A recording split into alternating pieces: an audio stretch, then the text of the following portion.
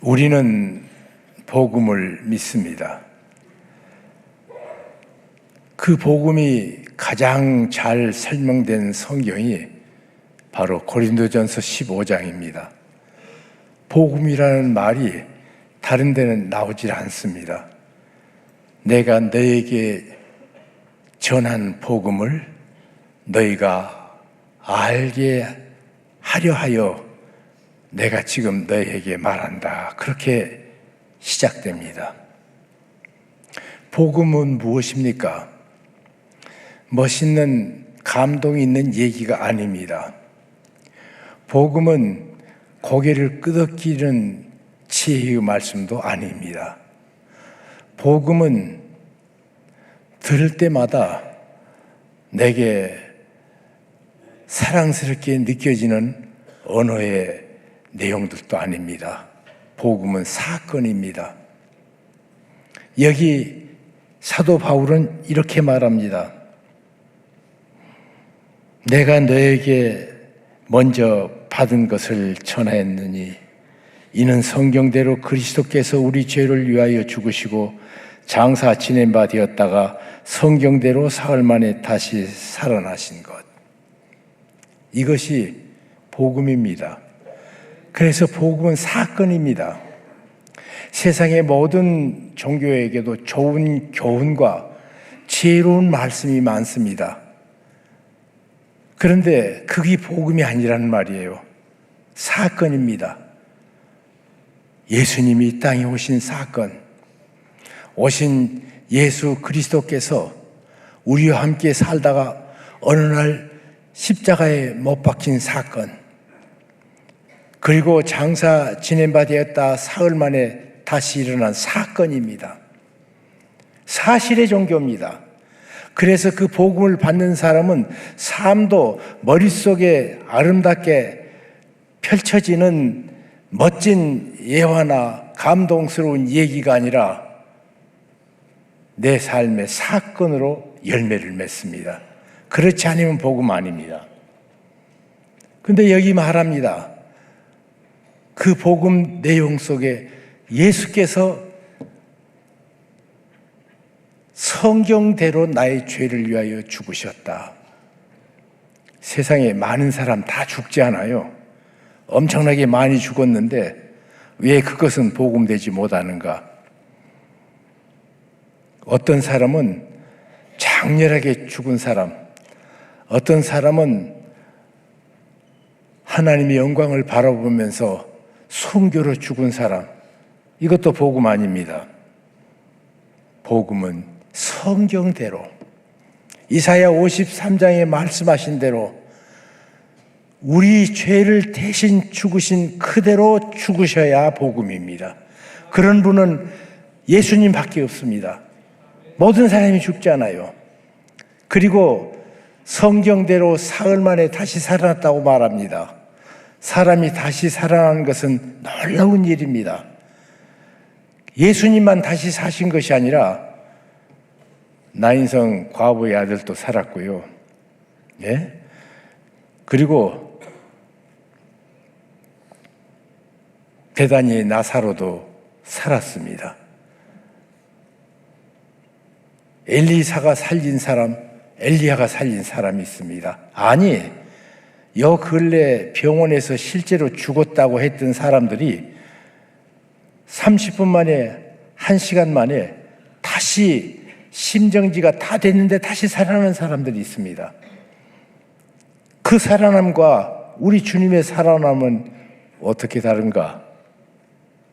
주님은 성경에 약속한 말씀대로 사셨습니다.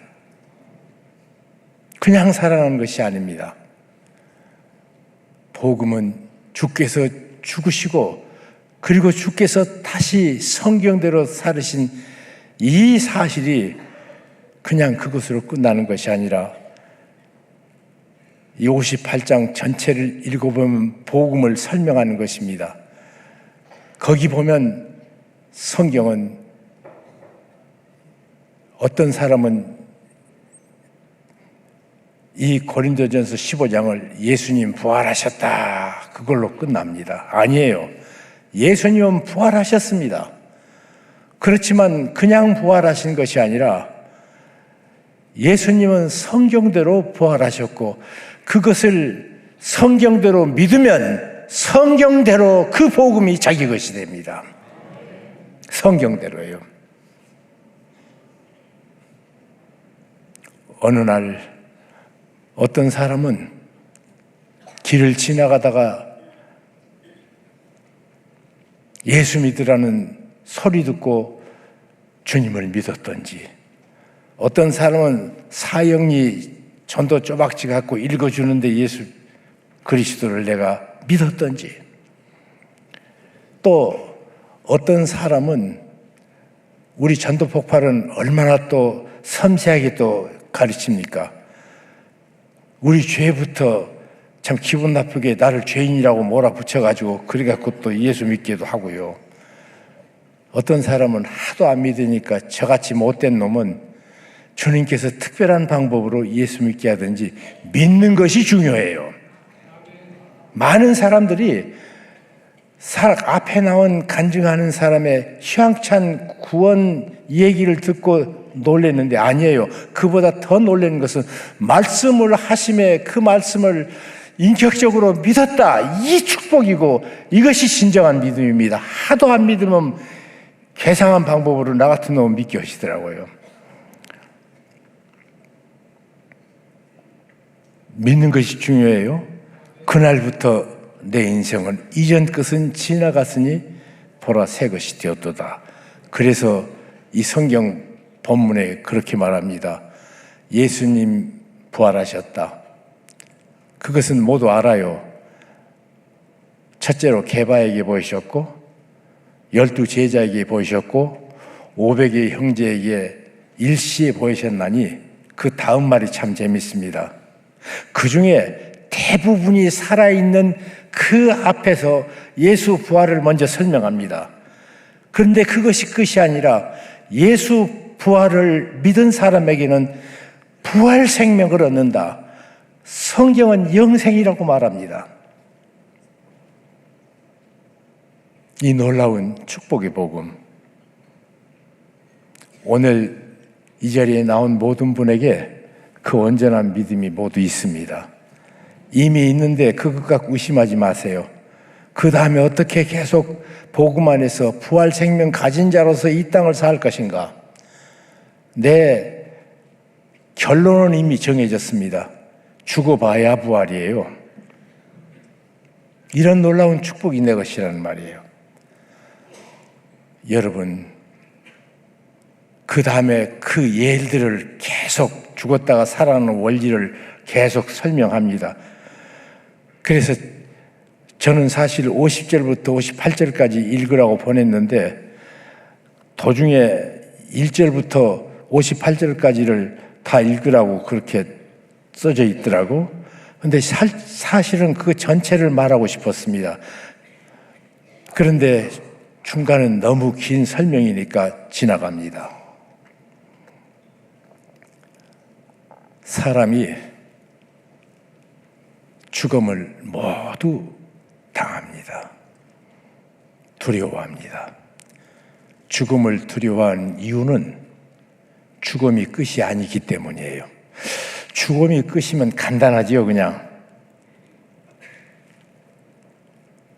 고층 아파트에서 뛰어내리면 끝이에요.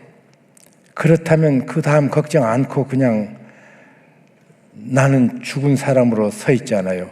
사람들이 죽음을 두려워하는 가장 무서운 공포가 뒤에 도사리고 있는 것은 죽음이 끝이 아니기 때문입니다. 한번 죽는 것은 사람에게 정하신 것이요, 그 후에는 뭐라고? 심판이 있으리니. 믿습니까? 그래서 사람들이 누구든지 두려워해요. 제가 그 두려움, 죽는 현장도 많이 봤습니다. 그런데 어떻게 보면 이 죽는 현장 속에서 죽음의 영광을 볼 때마다 얼마나 감사한지 모릅니다. 교인 숫자가 많아지니까 제가 개인 신방을 못하고 다른 목사님들에게 부탁해서 개인 신방하고 그랬습니다. 그게 너무 미안해서 그랬습니다.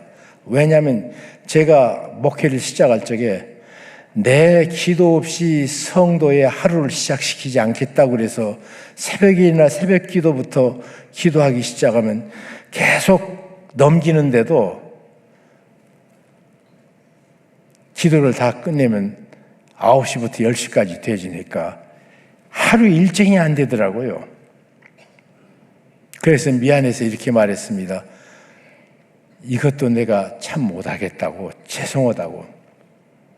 그러면서 그러나 마지막 세상 떠나는 날은 내가 할 수 있으면 반드시 임종 예배를 드리고 싶다고. 그래서 시간 고와 간에 임종되는 그 가족들 제게 연락해 달라고 그랬습니다. 근데 어느 집을 갔더니 임종 예배로 드리고 끝났는데 그분이 살아나시더라고요. 그래서 3번까지 간 집이 있습니다. 하여튼 외국에 가 있든지 지방에 가 있든지 그럼 밤 2시고 3시고 제가 운전하고 갑니다. 그래 놓고 어떤 때는 밤중에 일어나니까 힘들단 말이에요. 그래서 제가 또 임종입니다 하고 성도들이 다른 전화는 안 하는데 그 전화는 하도록 카트라인 해놨거든요. 밤중에 일어나면 싫어요. 몸이 불편합니다. 그러다가 일어나서 약속했으니까 현장을 간단 말이에요. 임종 예배를 드릴 적에 어떻게 사람이 그처럼 영광스럽게 하나님 나라에 입성하는가. 현장을 볼 때마다 이 감동스러워서요. 어쩌다가 내가 목사가 돼서 인생에 있어서 가장 아름다운 모습을 이렇게 많이 볼 수 있는가. 참 기뻤습니다. 어떤 때는 너무 감격스러워서 가다가 예배 끝나고 피곤했던 몸이 피곤도 잊어버리고 가다가 그냥 복받치는 감동 때문에 차를 옆에 세워놓고 한참 울면서 기도하다가 찬송하다가 집에 들어가기도 했습니다. 임종의 영광스러움. 정말 위대합니다. 똑같은 사람들, 여러 사람을 봤잖아요. 여러분, 그 놀라운 축복이 부활 생명에 있는 성도들의 것인 것을 믿으시기 바랍니다. 붙잡고 사십시오. 주고받댔자 부활 생명, 영생.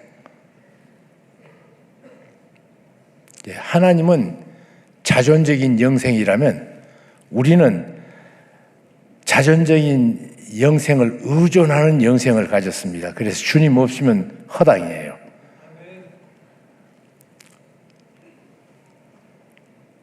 그런데 50절부터 그 모든 설명을 하신 다음에 형제들아 내가 너희에게 비밀을 말하노니 비밀은 모든 사람이 아는 건 비밀 아니에요. 그러죠? 사랑하는 사람들에게 귓속말로 가르쳐 주는 것이 비밀입니다. 예수님 내게 찾아오셔서 속삭여 주셨던 그 비밀을 아직도 어제처럼 1965년이니까 올해가 예수 믿은 지 만 60주년이에요. 지금도 그렇게 새로워요. 지금도 감동이 돼요. 비밀을 말하노니 우리가 다 잠잘 것이 아니요. 단어가 바뀌었습니다. 변화되지 않았다면, 복음이 없었다면 다 죽을 것이 아니요 그래야 되는데 잠잘 것이 아니요로 바뀌었어요. 놀라운 사실은 성경에 예수님은 이 땅에 오셔서 한 번도 죽음이라는 단어 쓰시지 않습니다. 나사로가 잔다.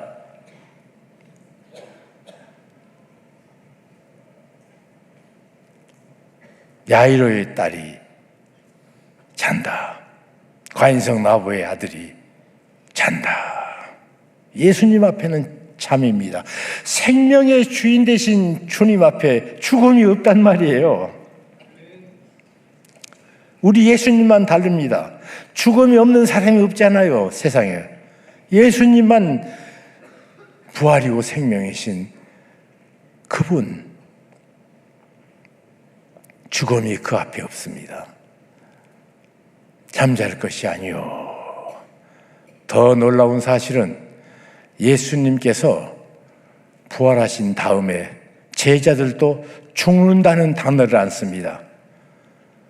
우리가 다 잠잘 것이 아니요 나팔 소리가 나매 죽은 자들이 다시 살고 우리가 변하리라. 이 죽을 것이 죽지 않음을 입고 이 썩을 것이 썩지 않음을 입을 때는 사망이 이김에 삼킴바 되리라. 요즘 성경은 조금 번역이 달라졌는데 하도 오랫동안 설교했기 때문에 안 빠져요. 하여튼 이김이 죽음을 삼켜버렸단 말이에요. 죽음을 이긴 이 부활 생명이 죽음을 삼켜버렸어요. 놀라운 사실. 그래서 그리스도인의 죽음은 그리스도의 품 안에 안기는 것입니다. 이런 일이 실제로 있었다고 합니다. 어린 초등학교 5학년짜리 아이가 암의 치료를 받고 있는데 날마다 그 생명이 줄어가고 있어요. 마치 등잔에 심지가 타들어가는 것처럼. 엄마는 목숨을 걸고 그 아이를 잘 살려보려고 몸부림치고 기도하는데 점점 지나갑니다. 그때입니다. 어느 날 갑자기 이 아이가 엄마, 죽음이란 뭐야? 얼마나 놀랬겠어요. 눈물이 쏟아지니까는 화장실 가는 처럼 대답도 못하고 들어가서 한참 울다가 주님, 내 아이가 내게 인생의 최대의 질문합니다. 하나님 말씀에 합한 답을 할 수 있게 해달라고 기도합니다. 그분은 부활 생명을 가진 진정한 그리스도인이 있기 때문에 눈물을 씻고 나서 애야, 너 아까 죽음이 뭐냐고 물었지? 그렇다고 천연덕스럽게 말합니다. 그는 그 천연덕스러움에 또 놀라서 또 눈물이 쏟아지는 걸 참으면서 부활 생명인 자기 생명을 확신한 그 여인은 이렇게 말합니다. 너 어느 날 축구하다가 동네 아이들하고 축구하다가 그냥 집에 들어와서 신발도 그냥 신은 채 운동복 그대로 입고 엄마 아빠 침대방에서 그냥 잤지. 아, 그랬다고 기억한다고. 어디서 다음날 눈 떴대? 그러니까 다음날 2층에 내 방에서 내가 눈을 떴어요. 그리고 너 입던 옷하고 신발 그대로 돼? 그러니까 아니요. 파자마로 이쁘게 해갖고 나를 데려갔다고.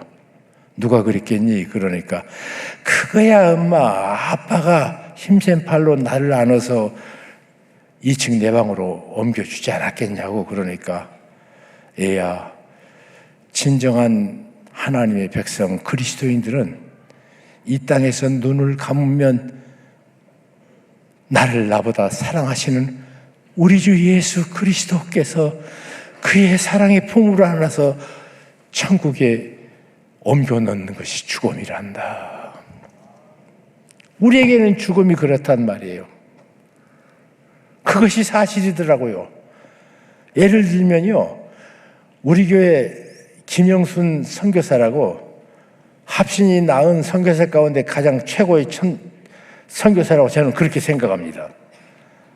그 자매가 있는데 교회에서 평소에 그 신앙생활을 깔끔하게 잘했던 분이셔요. 그리고 두드러지지도 않았습니다.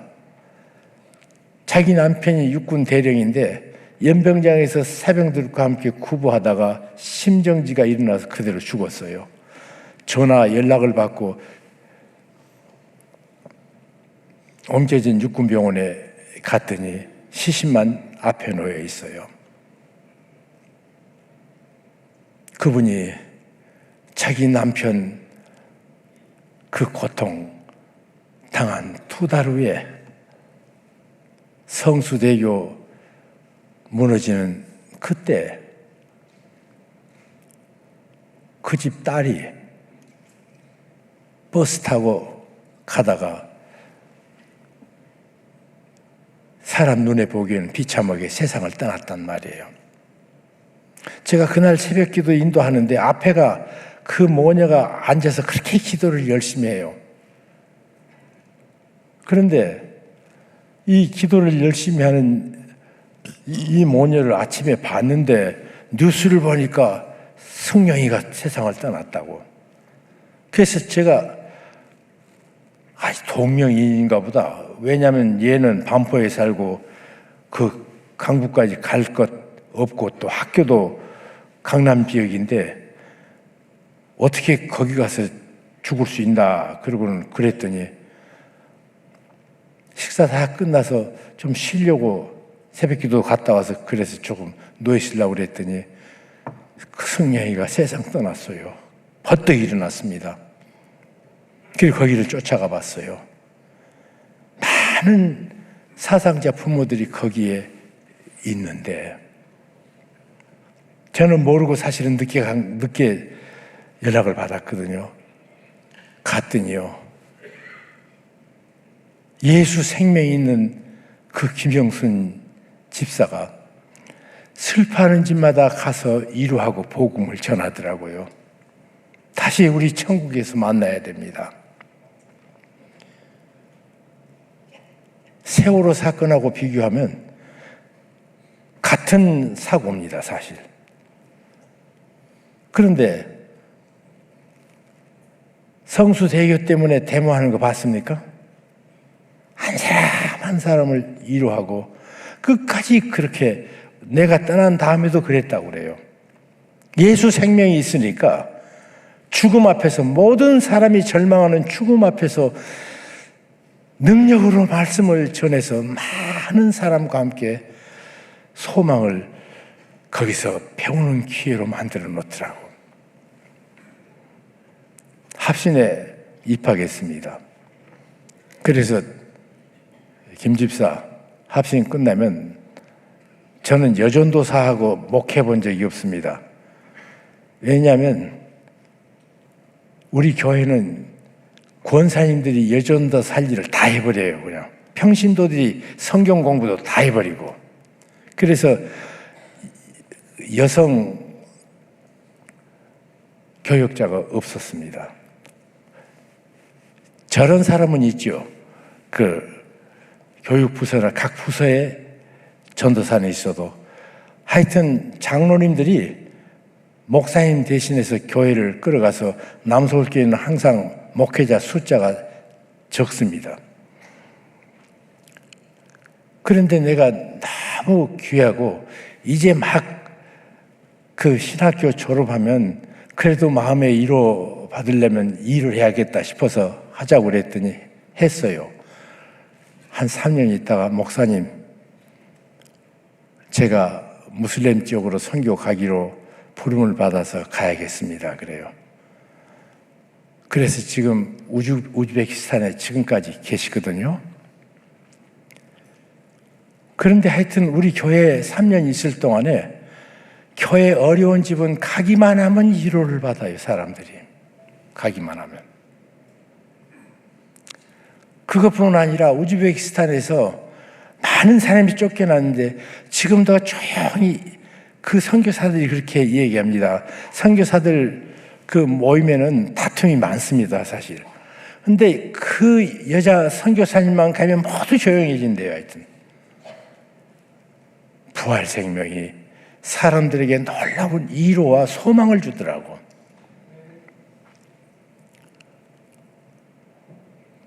그래서 그 여돈사님 선교사님이 얼마 전에 왔는데 나이가 들었는데 더 이뻐져 왔더라고. 여러분, 부활 생명을 이렇게 주셨습니다. 그러면 그 다음입니다. 부활 생명 얻을 때까지 내가 어떻게 살아야 되는가? 성경은 말합니다. 헛되고 세상, 헤아려 헛되지 않는 것이 없다고 말하는 이 세상에서 부활 생명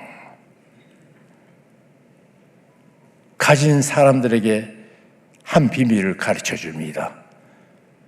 주 안에서 수고는 헛되지 아니하리라. 믿습니까? 우리가 그냥 살아요.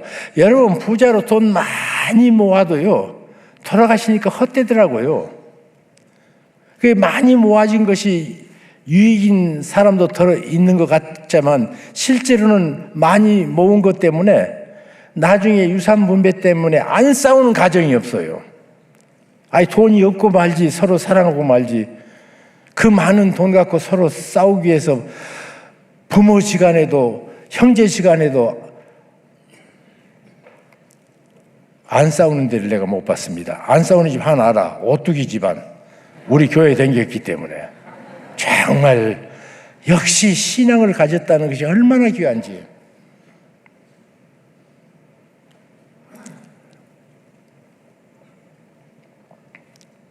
높이 되는 것도 우리나라 대통령 자녀와 가족들은 불행하지 않는 사람 있으면 나와보라고 그래요. 높이 되는 거, 와! 그랬어. 그래도 헛되도다. 헛되도다. 많이 하는 거, 그게 머릿속에 담아도 그거 뭘 거예요 도대체?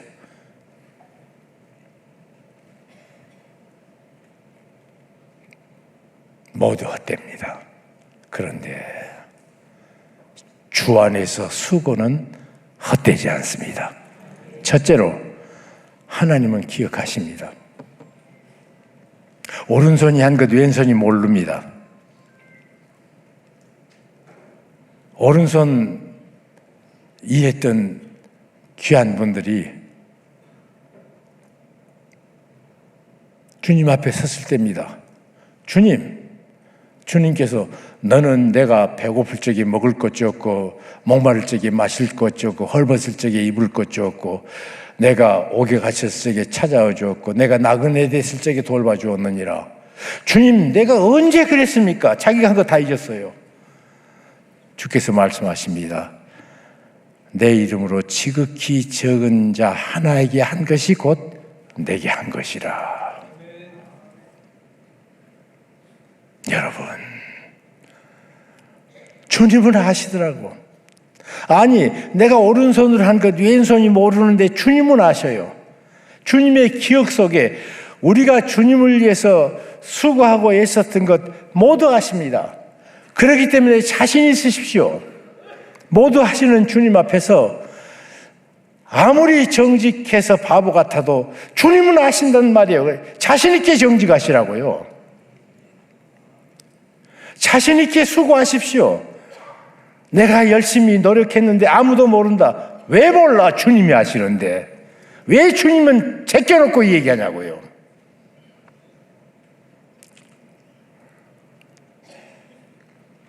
억울해도 괜찮습니다.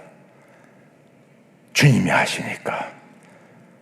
내가 어제 CCC에서 쫓겨난 얘기했죠. 이런 얘기 참 많이 안 하는데 이제 나이가 드니까 갈 데 얼마 안 남아서 얘기합니다마는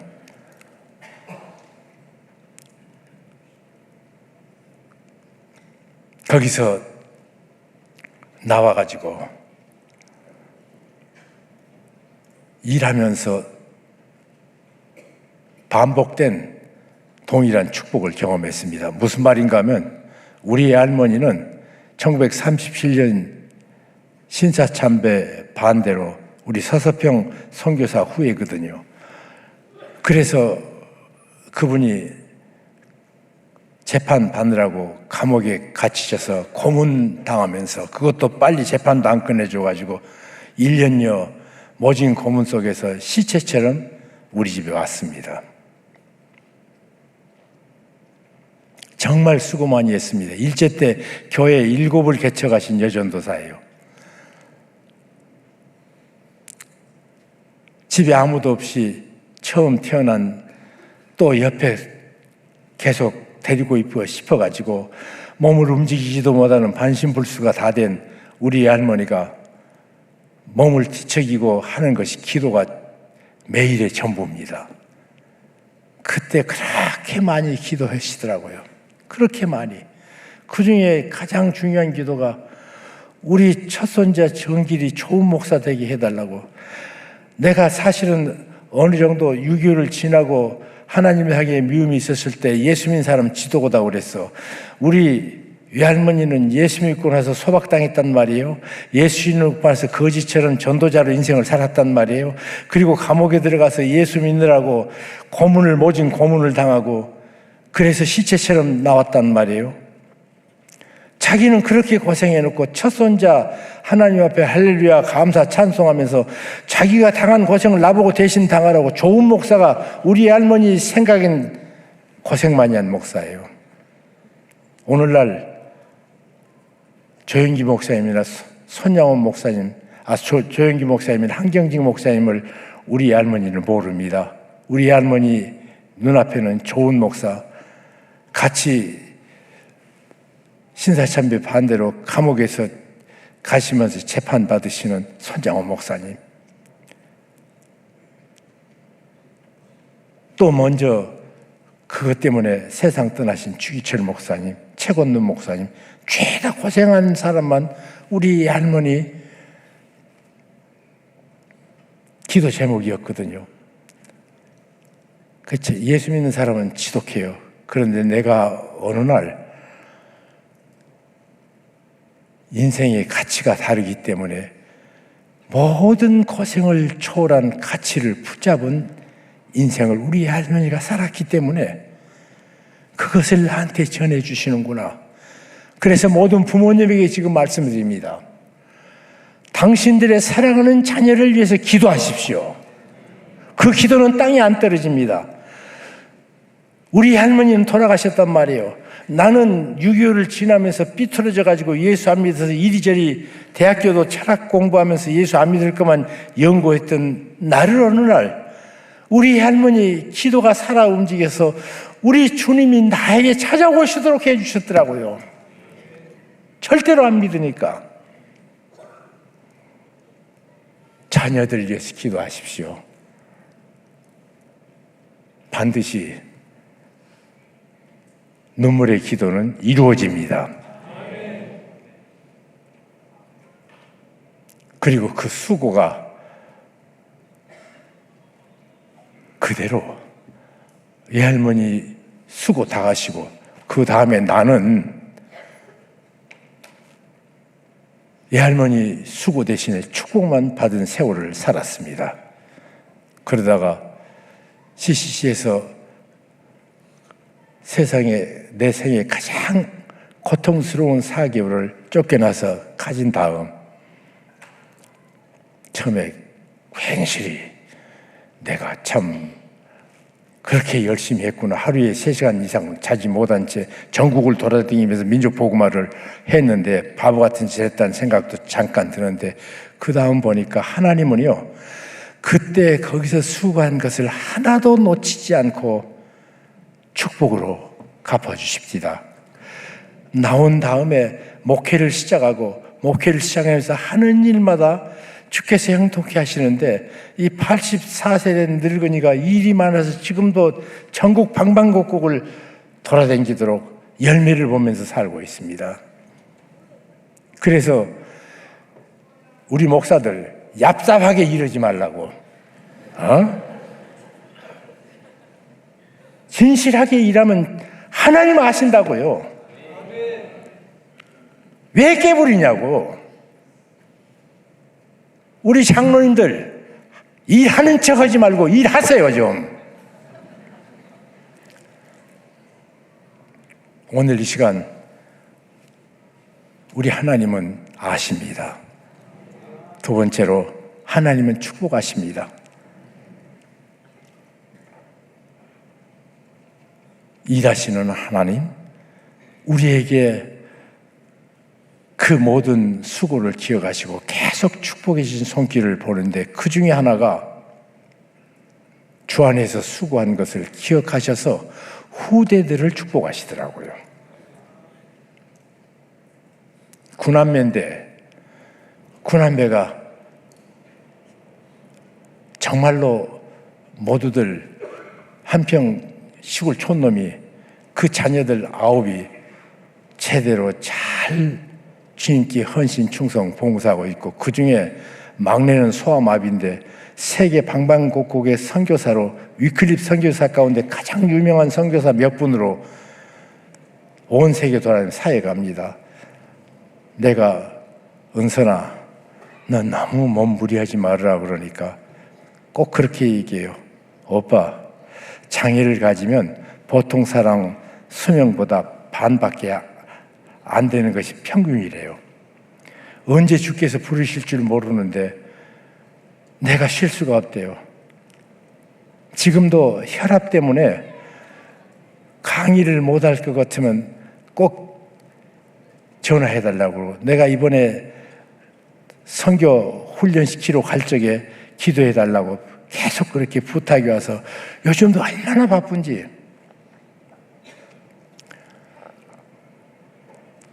주님께서 형통케 해주시는 은혜를 후대에게 주신 것을 우리 가정을 통해서 내가 얼마든지 간증할 수 있다고 생각합니다. 성경에도 그러잖아요. 북쪽 이스라엘 왕국은 그냥 싸그리 금세 망하겠는데, 이 남쪽 유대는 내가 다윗을 기억하여 너희를 권고하느니라. 또 내가 예루살렘에 다윗의 등불을 끄지 않기를 원하노라. 하나님의 안타까움, 그 선조들을 보시고 여러분의 믿음이 말이에요, 여러분 믿음으로 끝나는 것이 아니라 온전한 순전한 믿음이 자녀들의 축복의 원천이 된다는 걸 아신다면 돈을 모으는 것보다 주님 앞에 헌신하시고 주의 일에 힘쓰는 여러분의 생애 되기를 바랍니다. 그리고 마지막으로 상 주신 하나님이십니다. 천국에 입성하는 날 주님께서는 내 생애를 하나하나 기억하시면서 상 주실 것입니다. 어떤 사람이 나한테 그러더라고. 그 홍 목사, 우리가 어린애도 아닌데 교회에서는 상을 준다 뺏는다, 그런 유치한 하나님을 얘기하지 말라고 그래요. 그래서 내가 그분에게 그랬습니다. 그 상이 유치하다고요? 그러면 혹 당신이 노벨상 받으면 유치하다고 그럴래요? 그래요. 시시한 인간의 최고봉인 노르웨이 할리몬이 선정하는 노벨상보다 전회를 하시고 후회를 하시고 높은 곳을 하시고 낮은 곳을 하시고 내 속을 하시고 밖을 하시는, 우연을 하시고 개연을 하신 완전한 하나님이 상을 준다고 말하니까 그 상이 어린이 장난 같은가 말이에요. 그러면 네가 상 받을 자격 있냐? 저 상 받을 자격 없습니다. 어쩌다가 구원 받은 것만 해도 이거 참 너무 감사해요. 너무 감격스러워. 그런데 자격이 있어서 내가 구원 못 받았더라고, 안 받았더라고요. 하나님께서 자격 없는 나를 위하여 우리 주님 목숨을 버리심으로 하나님께서 우리에 대한 자기 사랑을 확증하셨느니라. 자격 없는 그 나를 오라고 해서 주님 앞에 나왔습니다 하는 순간 내가 바뀌었더라고요. 자격이 있어서 내가 구원받았습니까? 나는 그래서 이 구원받은 것만 해도 감지덕지예요. 그러나 그 신실하신 하나님이 또 상 주시는 이심을 믿어야 할지니라. 어떤 하나님이 있습니까? 계신 하나님이에요. 살아계신 하나님. 그거 안 믿으면 예수 믿는 것 아니에요. 또 한 가지 있습니다. 그 하나님이 인생 전체를 보시고 상 주신 하나님, 여러분의 인생을 헛되이 버리지 않고 상 주신 하나님. 주님이 상 준다고 약속하시니까 받을 자격 없지만 믿음의 바톤을, 우리 할머니가 붙잡았던 바톤을 붙잡고 지금까지 저도 달리고 있습니다. 사랑하는 성도 여러분, 이 귀한 은혜가 오늘 이 시간, 그리고 대한민국 교회 가운데도 참 헛되지 않는 수고를 열심히 하는 교회 중에 하나인 이 교회에 이 말씀을 선포하는 것이 참 즐겁습니다. 수고 많이 하셨습니다. 주님께서 축복하실 것입니다. 기도하겠습니다.